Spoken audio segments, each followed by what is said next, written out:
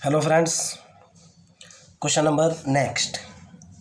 Before starting the question आपको एक information दे दूं।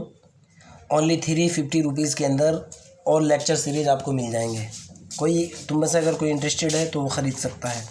इस चैनल के ऊपर फ्री ऑफ कॉस्ट कुछ भी नहीं, आप सब्सक्राइब करो या ना करो कोई फ़र्क नहीं पड़ता। क्वेश्चन ये है कि पार्टिकल ऑफ यूनिट मास, एक ऐसा पार्टिकल जिसका इकाई द्रव्यमान हो, डिस्क्राइब है equiangular spiral of an angle alpha. ये जो यूनिट मास का जो पार्टिकल है एक इक्वेंगुलर स्पाइरल को बनाता है जिसका कोण अल्फ़ा है, अंडर ए फोर्स, एक ताकत के through, which is always in the direction, जो कि हमेशा काम करती है perpendicular to the straight line, एक सरल रेखा में, line joining to the particle to the pole of spiral, जो कि स्पाइरल के पोल से जुड़ी हुई होती है। शो करना है, show that the force is, उसके पार्टिकल के ऊपर लगने वाला फोर्स है म्यू आर की power 2 sec square alpha minus की 3 and the rate of description of sectorial area, और जो पार्टिकल है वो जो सेक्टोरियल एरिया बनाता है अबव द पोल, पोल के ऊपर जो सेक्टोरियल एरिया होता है वो कितना होना चाहिए, 1/2 under the root mu sine alpha cos alpha into r की power sec square alpha. Actual में है क्या, ज़रा समझने की कोशिश करना आप। अगर मान लिया जाए, थोड़ा सा ग्राफ के थ्रू मैं आपको बताने की कोशिश कर रहा हूँ। मेरा एंगुलर स्पाइरल इस तरीके से होता है, ऐसे होता है। ओके, क्वेश्चन ये है कि a particle of unit mass describe an angular equiangular spiral इसने जनरेट किया। A tan angle alpha, alpha angle आप यहाँ मान सकते हो, ये वाला एंगल अल्फ़ा है। Okay, under a force which is always in the direction perpendicular to the line joining from the particle to the pole of spiral. ये जो इसका स्पाइरल का पोल है, अगर लाइन ज्वाइनिंग ऐसे है तो परपेंडिकुलर डायरेक्शन में फोर्स पी ऐसे लगा हुआ है, आप ऐसे समझ सकते हो। अगर पोल, ये जो पोल है इसकी लाइन ज्वाइनिंग ये है तो परपेंडिकुलर डायरेक्शन में फोर्स ऐसे लगा हुआ है पी, आप कैसे भी समझ सकते हो। ओके, ठीक है ना। आगे की तरफ चलते हैं। तब आपको दिखाना है कि जो लगने वाला फोर्स है इसकी वैल्यू ये है, और ये जो सेक्टोरियल छोटा से, जैसे एक छोटे से सेक्टर का एरिया आप ये मान लो, ये सेक्टोरियल एरिया मान लो, या फिर इससे जो है ना मान लिया यहाँ से यहाँ तक ये वाला जो एरिया है सेक्टोरियल एरिया, ये वाला एरिया आपको ये वाला रिजल्ट प्रूफ करना है। This is your question. Clear, समझ आती है मेरी बात। आगे की तरफ चलते हैं, जा रहा हूँ, ध्यान से देखना है आपको। क्वेश्चन के अंदर गिवन क्या है, क्वेश्चन के अंदर गिवन है कि गिवन दैट, जो मेरे को गिवन है उसके बाद आगे की बात करूंगा। Given that the particle is moving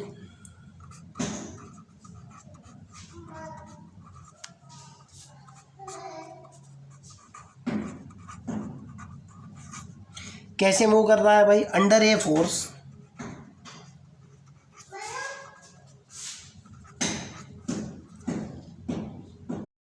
को which is always perpendicular, short में लिख रहा हूँ बेटा, which is perpendicular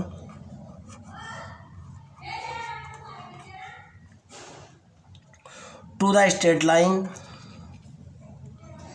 to a line joining to pole, line joining to the pole. मैंने शॉर्ट में लिख दिया है जो मेरे को गिवन है। आइए मैं रिपीटिंग माय वर्ड। क्वेश्चन के अंदर ये दे रखा है कि a force which is always in the direction perpendicular to the straight line joining to the particle to the pole. Okay, का मतलब निकलता है जो हमारे पास जो है सेंट्रल रेडियल एक्सीलरेशन होगा उसकी वैल्यू 0 होगी। इसका मतलब क्या निकलता है, दिस इम्प्लाइज दैट ये जो है, ये जो पार्टिकल जो है परपेंडिकुलर डायरेक्शन में मूव कर रहा है, जो फोर्स जो है ना उसके ऊपर लगा हुआ है परपेंडिकुलर डायरेक्शन में, लाइन ज्वाइनिंग टू द पोल है। इस लाइन का मतलब निकलता है जो सेंट्रल रेडियल एक्सीलरेशन होगा, इसका मतलब है कि so that central radial acceleration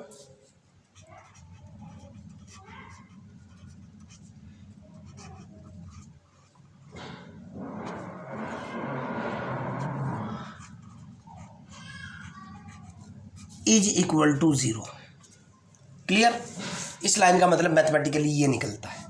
अब सवाल फिर पैदा होता है कि सर सेंट्रल रेडियल एक्सीलरेशन क्या होता है? सेंट्रल रेडियल एक्सीलरेशन का मतलब ये निकलता है कि शॉर्ट में लिख रहा हूँ, central radial acceleration is equal to होता है r double dot minus r into theta dot का स्क्वायर इज इक्वल टू 0। इस लाइन का क्या मतलब निकलता है? इस लाइन का मतलब निकलता है कि d2r over d t square minus r into d theta over d t is equal to 0। एक तो मेरे को ये गिवन है, क्लियर है ना? Suppose that this is my equation 1। आगे की तरफ चलते हैं। अब अप्लाइड फोर्स की बात करता हूँ मैं। Suppose that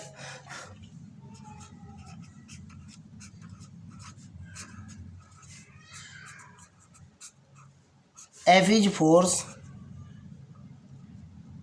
F is the force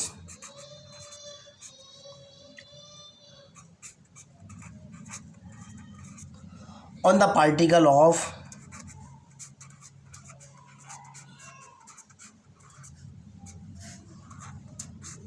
unit mass.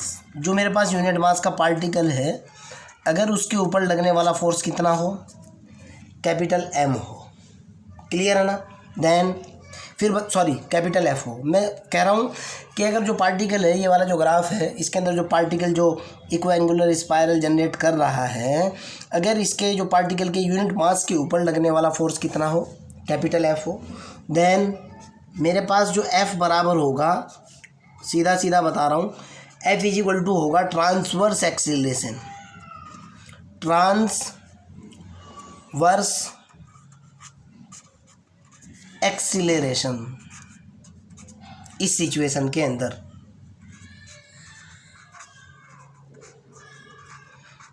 अब सवाल पैदा होता है कि सर ट्रांसवर्स एक्सीलरेशन क्या होता है? आगे की तरफ चलते हैं। हम इस चीज़ को जानते हैं, चैप्टर नंबर 1 का डायनामिक्स का फार्मूला है कि जो ट्रांसवर्स एक्सीलरेशन होता है उसका फार्मूला होता है F इज इक्वल टू, यानी लगने वाला force is equal to 1/r d over d t r square into theta dot. इसका मतलब क्या निकला? F इज इक्वल टू जो है वो कितना है? 1/r d over d t r square into d theta over d t. No problem. आगे की तरफ चलते हैं। Suppose that this is my equation number 2। But हम क्या जानते हैं? वी नो दैट हम जानते हैं द इक्विएंगुलर स्पाइरल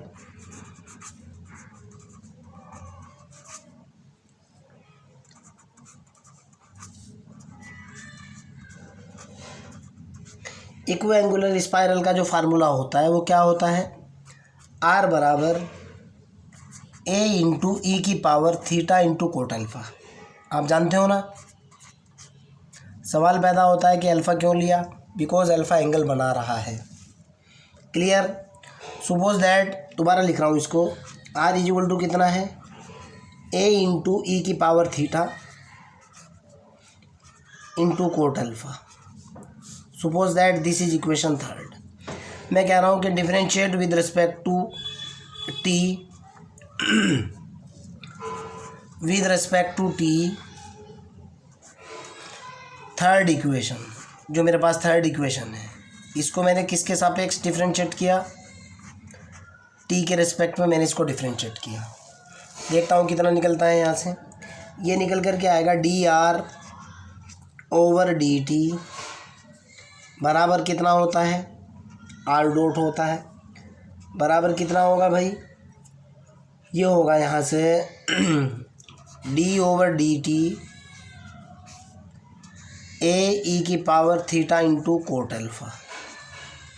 आप तो जानते हो ये तो कांस्टेंट क्वांटिटी है, एज इट इज रहेगा। ये हो जाएगा dr/dt is equal to r dot is equal to, ये तो कांस्टेंट क्वांटिटी है, एज इट इज रहेगा AE⁻θ इंटू कोट अल्फ़ा। जब थीटा का डिफरेंशिएट करूँगा, थीटा का डिफरेंशिएशन जब ऊपर वाले का डिफरेंशिएशन करूँगा, ये निकल कर के आएगा into cot alpha into dθ/dt। No problem. आगे की तरफ चलते हैं। तो यहाँ से मैं आगे की तरफ जाने से पहले, चलो अगले वाले पेज पे ही लिखूँगा इसको, वरना प्रॉब्लम आ सकती है। तो यहाँ से मेरे पास कितना निकला भाई, ये आर डॉट की बात कर रहा हूँ। ये हुआ r dot is equal to कितना निकला, AE⁻θ into cot alpha, clear, into cot alpha into, इसको लिख दिया मैंने theta dot. But r is equal to क्या है मेरे पास, but from third r is equal to है मेरे पास A into E⁻θ into cot alpha. ये वाली वैल्यू यहाँ पुट करूँगा मैं और अगला रिजल्ट कैलकुलेट करूँगा, देखता हूँ क्या बनता है, क्या आता है। ओके,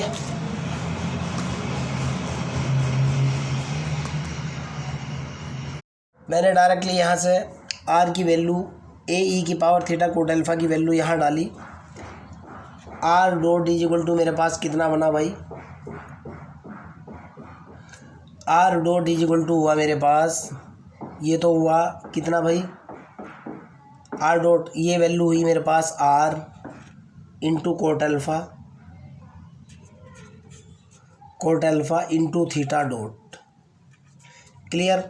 अगर मैं थीटा डॉट की वैल्यू निकालता हूँ, theta dot is equal to निकला r dot upon r cot alpha, यानी थीटा डॉट का रिजल्ट निकल कर के आया कितना, सीधा सीधा निकला r dot upon r into tan alpha, clear है ना। आगे की तरफ चलता हूँ। नाउ जो मेरे पास पहले वाली इक्वेशन थी उसके अंदर मैं ये रिजल्ट रखूँगा और अगला रिजल्ट निकालने की कोशिश करूँगा। नाउ ये जो इक्वेशन थी, फ्रॉम फर्स्ट इक्वेशन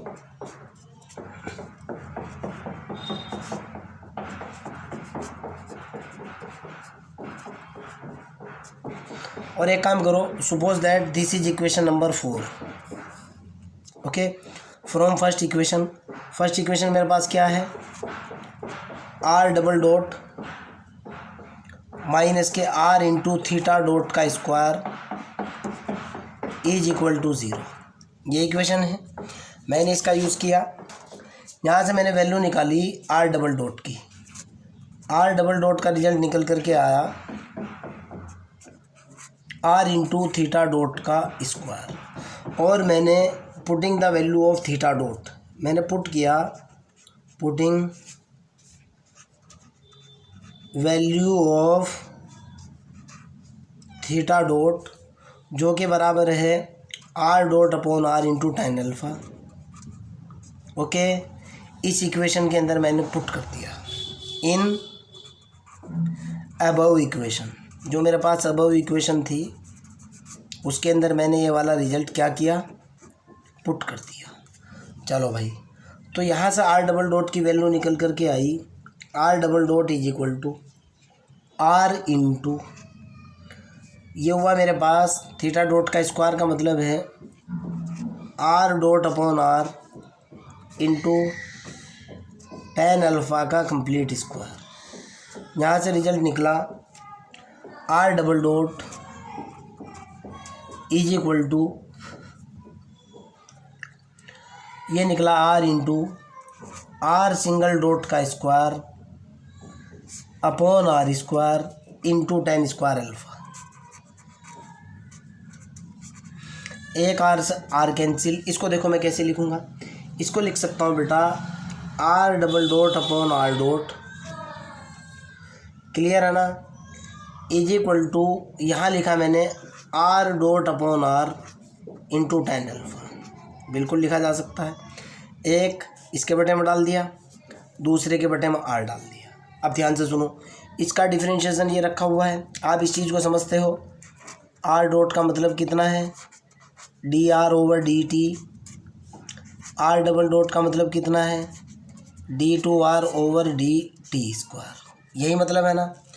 तो इसको जो है मैं इंटीग्रेट करूँगा, integrate both side.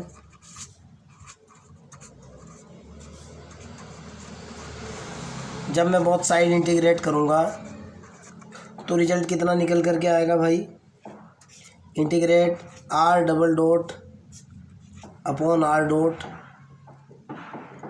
Into t के रिस्पेक्ट में डिफरेंशिएशन है, टी के रिस्पेक्ट में इंटीग्रेशन होगा, integration r dot upon r tan alpha into d T.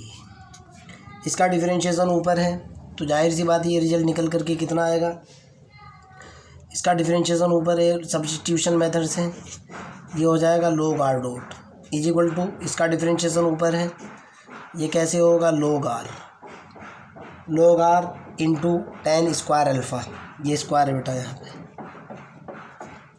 Into tan square alpha plus arbitrary constant log ये ले लो, कोई दिक्कत वाली बात नहीं। आगे की तरफ चलते हैं। यहाँ तक होने के बाद इसको मैं फिर से लिखूँगा, और क्योंकि प्रॉब्लम ना आ जाए कोई, फिर दोबारा हल करूँगा। तो यहाँ से मेरे पास जो रिज़ल्ट बना, कितना बना भाई, ये बना log r dot is equal to log r tan square alpha plus k log a। आपके माइंड के अंदर ये बात पैदा हो रही होगी कि सर इसका इंटीग्रेशन ये कैसे आया, या इसका इंटीग्रेशन कैसे आया। इसको करके दिखा रहा हूँ, ध्यान से देखना। मेरे पास इंटीग्रेशन है r dot upon r into tan square alpha into d t. Okay, मैंने क्या सपोज किया, आर इज इक्वल टू मैंने मान लिया टी, सपोज दैट पी मान लिया। जब मैं डिफरेंशिएट करूँगा d r over d t is equal to कितना होगा, d p over d t हो जाएगा।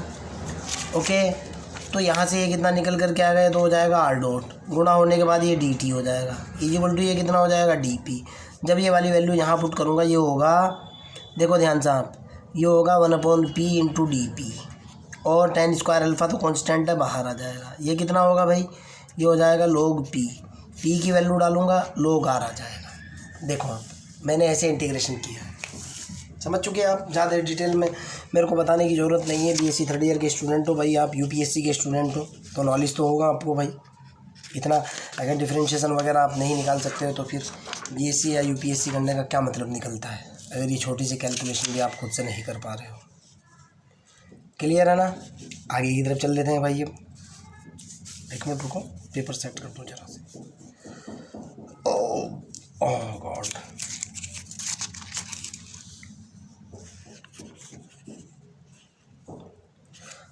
जब मैं इसके ऊपर लॉग प्रॉपर्टी अप्लाई करूँगा, ध्यान से देखो, from log property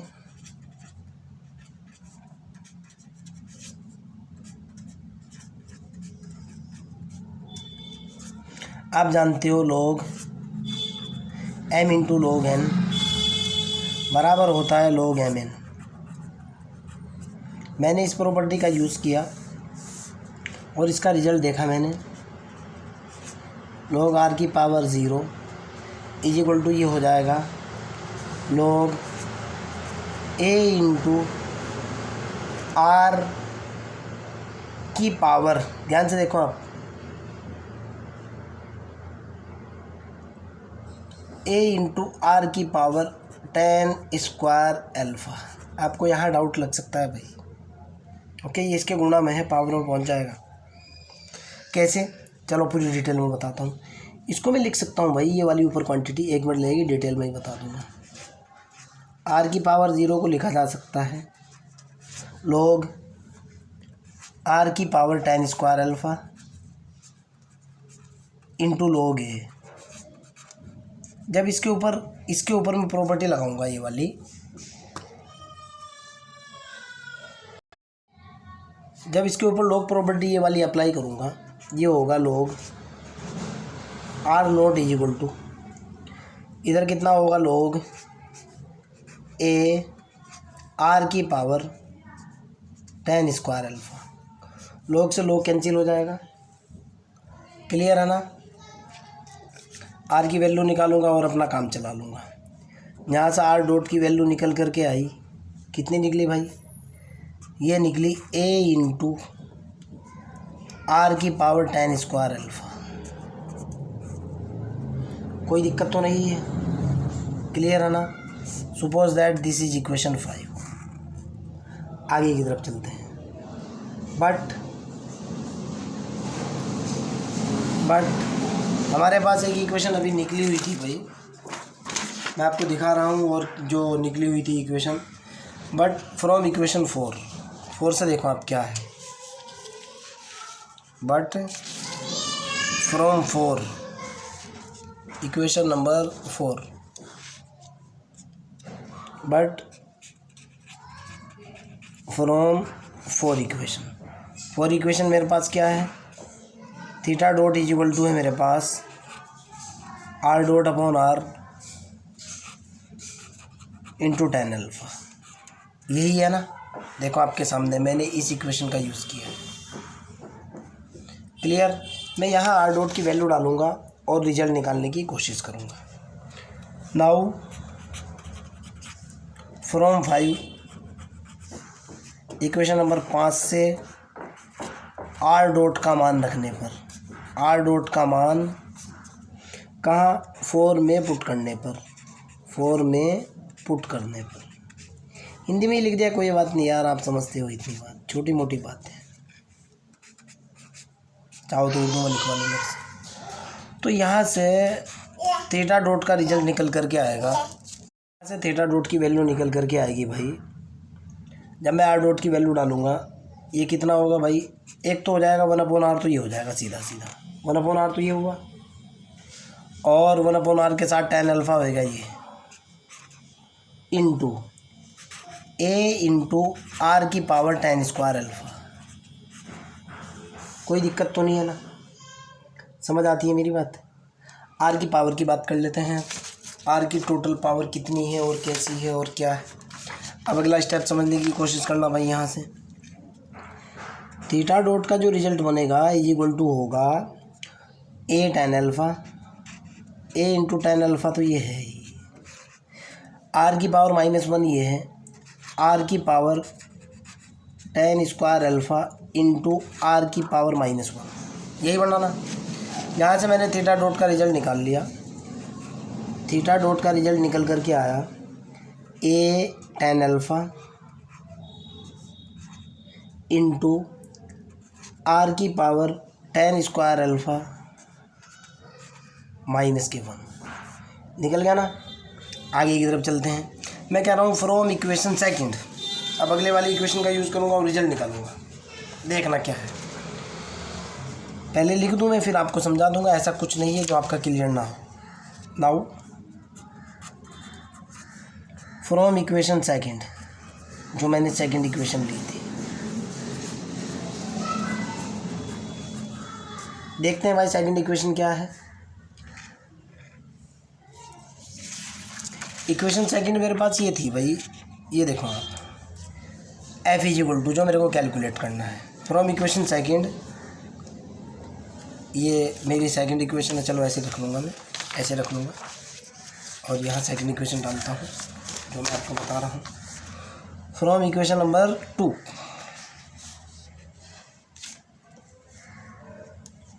equation number 2 है मेरे पास, एफ इज इक्वल टू कितना है, 1/r है, d/dt है, आर स्क्वायर है, into d theta over d T को थीटा डॉट लिख सकता हूँ। अब मैं थीटा डॉट की वैल्यू डालूंगा और अगला रिजल्ट निकालूंगा। Now putting the value of theta dot, ये मेरे पास सेकंड इक्वेशन थी। मैं कह रहा हूँ कि putting value of theta dot in second equation, second equation के अंदर मैं थीटा डॉट की वैल्यू डाल रहा हूँ।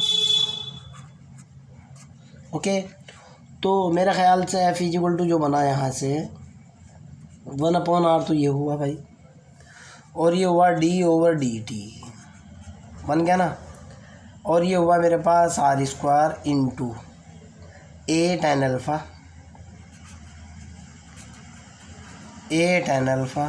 इंटू r की पावर tan² अल्फ़ा -1। क्लियर है ना। आगे की तरफ चलते हैं, जो कांस्टेंट है उसे बाहर निकाल लूँगा मैं इसमें से। तो f बराबर जो हुआ a tan अल्फ़ा कांस्टेंट है, a tan अल्फ़ा कांस्टेंट है, डिवाइडेड बाई a हुआ, डिवाइडेड बाई r हुआ, इंटू d/dt हुआ, और यहाँ देखो आप r की पावर ये है और r की पावर ये है। r की पावर है tan² अल्फ़ा -1 इंटू r की पावर 2। आगे की तरफ चल लेते हैं यहाँ से। f बराबर होगा a tan alpha upon r into d/dt। r की टोटल पावर कितनी, tan² अल्फ़ा +1। आपके सामने है रिजल्ट। मेरे पास फार्मूला होता है 1 + tan² थीटा इजिक्वल टू होता है sec² थीटा। मैंने इसका यूज़ किया, f की वैल्यू निकल करके आई, f इजिक्वल टू हुआ a tan alpha upon r, ये हुआ d/dt r की पावर sec² अल्फ़ा। क्लियर। जब मैं इसको डिफरेंशिएट करूँगा f इजिक्वल टू निकल करके आया a tan अल्फ़ा, तो ये है ही भाई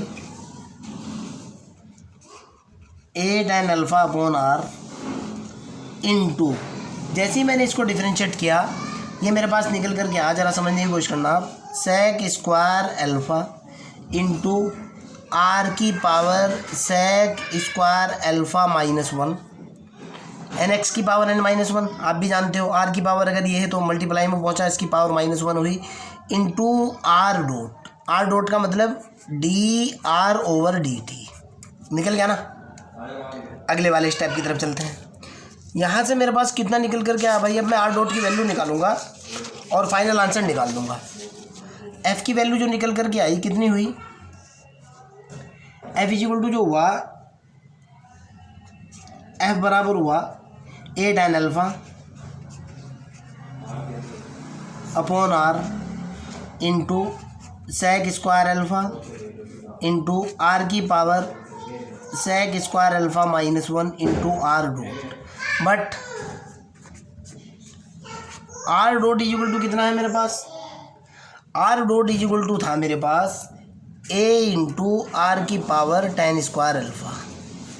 ओके, ये मैं कैलकुलेट कर चुका था, मैं आपको दिखा भी दूंगा, कहीं ना कहीं मैंने इसको लिखा भी था।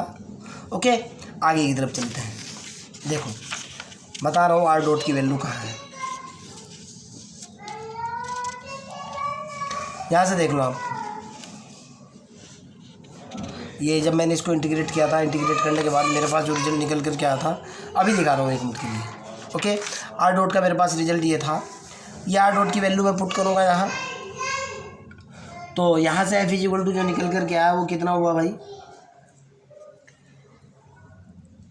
a tan alpha. एक बात और भी है बेटा,